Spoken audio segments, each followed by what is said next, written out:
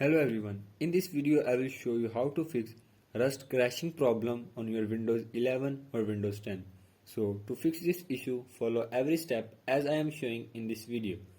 And do not forget to subscribe this channel and also press the bell icon for the latest upcoming videos.